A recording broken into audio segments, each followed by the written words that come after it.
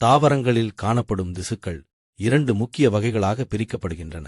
அவை மெரிஸ்டமாட்டிக் திசு மற்றும் நிரந்தர திசு ஆகும். மெரிஸ்டெமாட்டிக் டிஷ்யூ. மெரிஸ்டமாட்டிக் திசுக்கள் தொடர்ந்து பிரியும் செல்களை கொண்ட திசுக்களாகும்.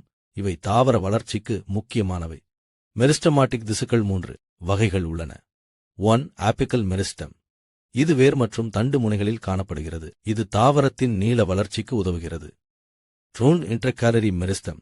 இது இலை அடிப்பகுதி அல்லது முடிச்சுகளில் காணப்படுகிறது. குறிப்பாக புல் போன்ற தாவரங்களில் வேகமான வளர்ச்சிக்கு உதவுகிறது. Lateral meristem. இது தண்டு மற்றும் வேர் பக்கங்களில் காணப்படுகிறது. இது தாவரத்தின் தடிமன் வளர்ச்சிக்கு உதவுகிறது. Permanent tissue. நிரந்தர திசுக்கள் என்பது வளர்ச்சி முடிந்த செல்களால் உருவாகும் திசுக்கள் ஆகும். இவை குறிப்பிட்ட செயல்களை செய்ய உதவுகின்றன. நிரந்தர திசுக்கள் 2 வகைகள் உள்ளன. 1. Simple permanent tissue. எளிய நிரந்தர திசுக்கள் 3 வகைகள் உள்ளன. பாரென்ஷிமா.